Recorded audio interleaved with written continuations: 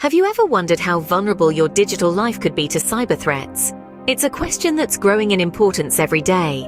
As we continue to integrate technology into our lives, the digital landscape becomes a playground for cyber threats, the invisible danger lurking in the shadows, waiting for a chance to strike. It's a silent war, and the battlefield is your devices. So what are these threats, and how do they operate? In this video, we will explore the different types of cyber threat vectors and their attributes. So what exactly is a cyber threat vector?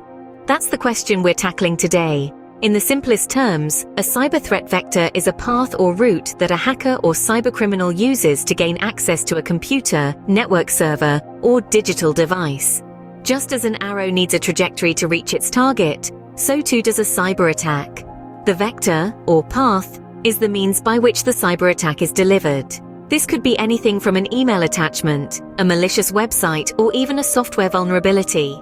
The ultimate goal is always the same: to deliver a malicious outcome. Now, it's important to understand that cyber threat vectors are not random. They are carefully chosen and exploited based on their potential to cause damage and disruption.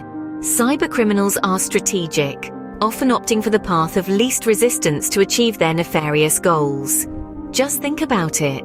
Would a burglar choose to break into a house through a locked door or an open window? The open window, of course. The same principle applies in the digital world. Cybercriminals are always looking for the easiest and most effective way to infiltrate a system.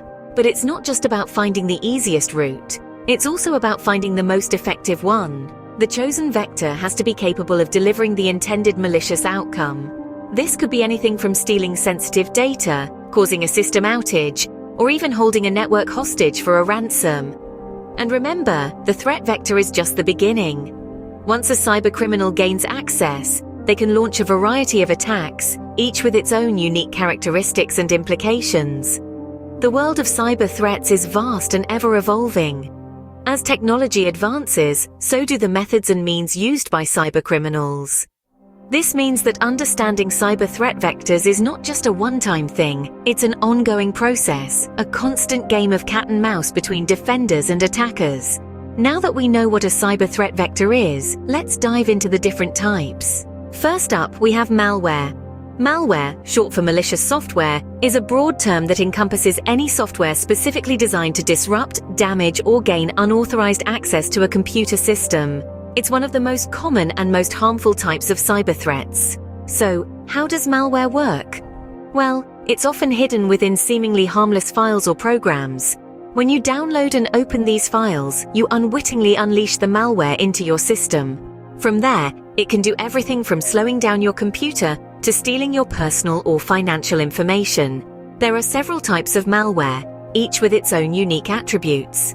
Viruses, for example, attach themselves to clean files and infect other clean files. They can spread uncontrollably, causing damage to a system's core functionality and deleting or corrupting files. Trojans, on the other hand, disguise themselves as legitimate software or are included in legitimate software that has been tampered with. They often act discreetly and create backdoors in your security to let other malware in. Then we have spyware, which is designed to spy on you. It hides in the background and takes notes on what you're doing, including what websites you visit, what you download, and even what you type. Ransomware is another type of malware that has been on the rise in recent years. It locks down your files and demands a ransom to unlock them. The potential harm malware can cause is substantial.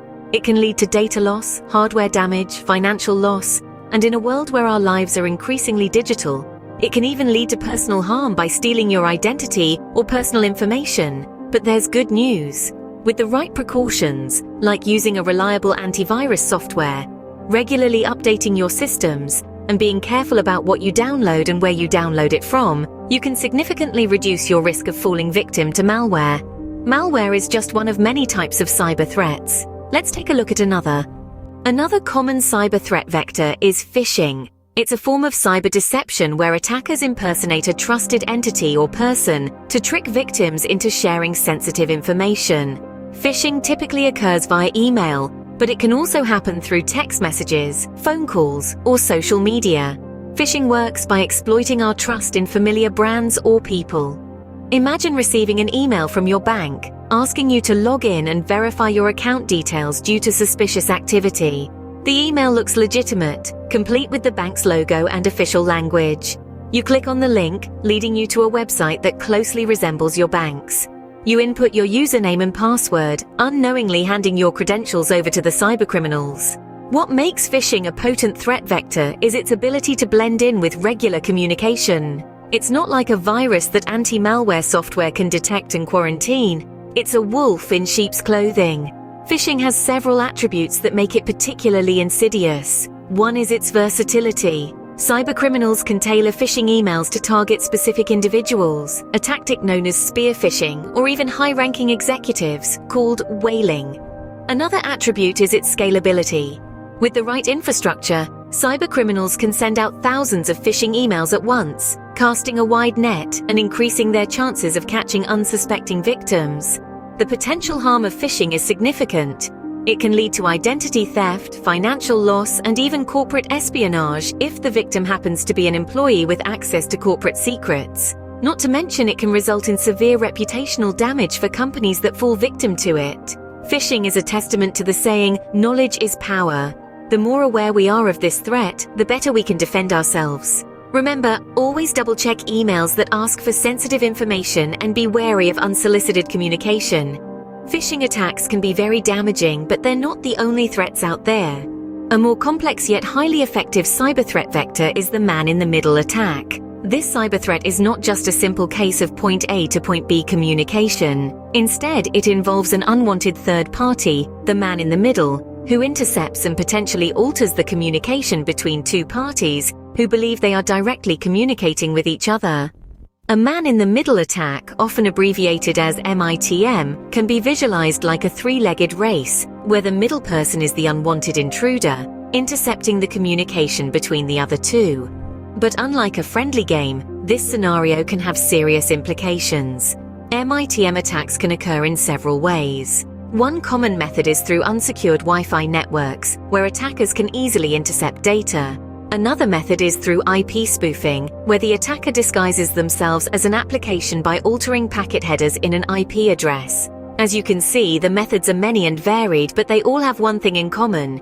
The attacker positions themselves between the communicating parties. Now let's talk about the attributes of a man-in-the-middle attack. First and foremost, it's deceptive. The attacker presents themselves as a trusted entity to both parties. Secondly, it's intrusive. The attacker doesn't just eavesdrop, they can alter the communication, injecting malicious codes or false information. Lastly, it's harmful. The potential damage ranges from financial losses to the compromise of sensitive information. Mitigation strategies against MITM attacks include the use of encrypted connections, avoiding public Wi-Fi, and employing robust authentication protocols. But remember, no method is foolproof. Constant vigilance and updating of security measures are key in this ever-evolving cyber landscape. As we wrap up, it's important to note that while man-in-the-middle attacks are complex, they're just one facet of the cyber threat landscape. There are numerous other vectors through which cyber threats can and do occur. As we can see, the world of cyber threats is vast and varied. We've covered a lot today, so let's quickly recap. We dove into the murky depths of cyber threat vectors, exploring their various forms and attributes. Each one of these vectors presents a unique challenge to our digital security, so understanding them is crucial. First, we discussed malware, a broad category encompassing various malicious software like viruses, worms, and trojans.